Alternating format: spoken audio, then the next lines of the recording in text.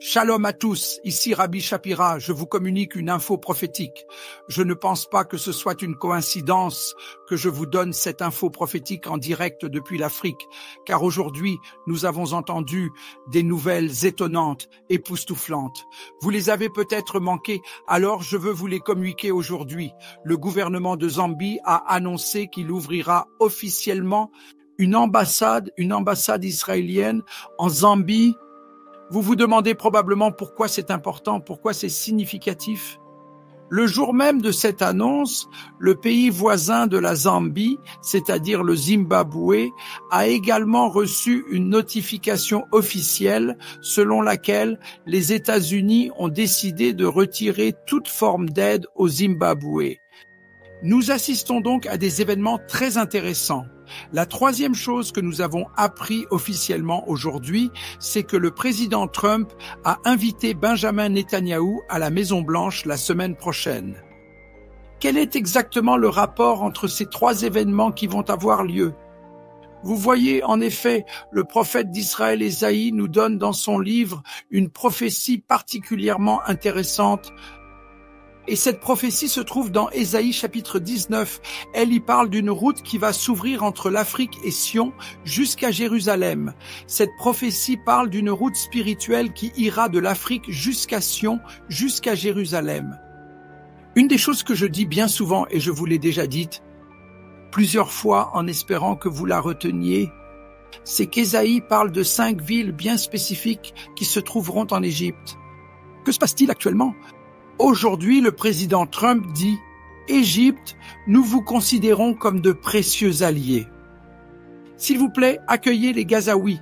Je crois qu'en ce moment, un complot se prépare et que maintenant, nous sommes sur le point de voir ces 5 villes se réveiller et de voir cette grande voie depuis l'Afrique jusqu'au nord d'Israël se concrétiser.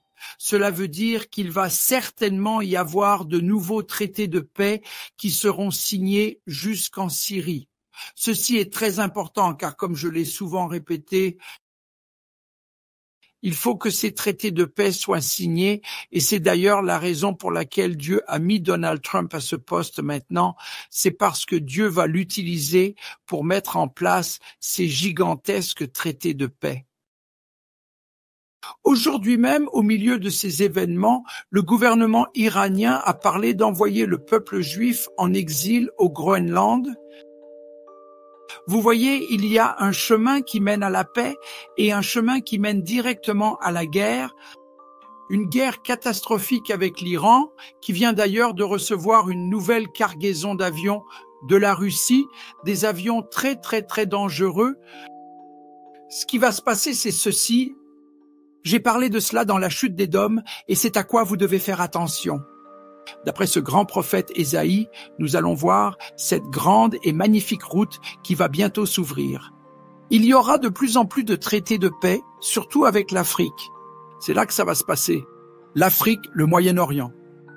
Et plus vous verrez la multiplication de ces traités de paix, plus vous saurez que la guerre finale s'approche. Je crois que le président Trump va exercer une pression énorme sur le chef d'État d'Israël, sur Benjamin Netanyahou dans les semaines et les mois à venir. Bien qu'en ce moment il fasse de grandes choses pour Israël, regardez bien, à un certain moment, Israël va être acculé et devra signer des traités de paix qui proclameront paix, paix, paix, mais au bout du compte, cela nous mènera à la guerre finale. De Gog et Magog. J'espère que nous observons attentivement ces accords qui sont en train d'être signés. La rapidité avec laquelle ces accords sont conclus et signés est stupéfiante. Ésaïe dit ici, « L'Éternel des armées les bénira en disant, « Béni soit l'Égypte, mon peuple, et la Syrie, œuvre de mes mains, et Israël, mon héritage. » Ces jours arrivent maintenant. Mais vous devez comprendre que dans ces jours où cette route sera établie, une grande guerre commencera à nous faire vaciller. Et en ce moment, le président Trump fait tout ce qui est en son pouvoir pour apporter ce qu'il pense être la paix entre Israël et les pays voisins. Ces accords d'Abraham sont-ils bons? Eh bien, ils le sont, mais ils vont aussi nous mener à la 3e et dernière guerre mondiale. Préparons-nous ensemble, lisez la chute d'Édom.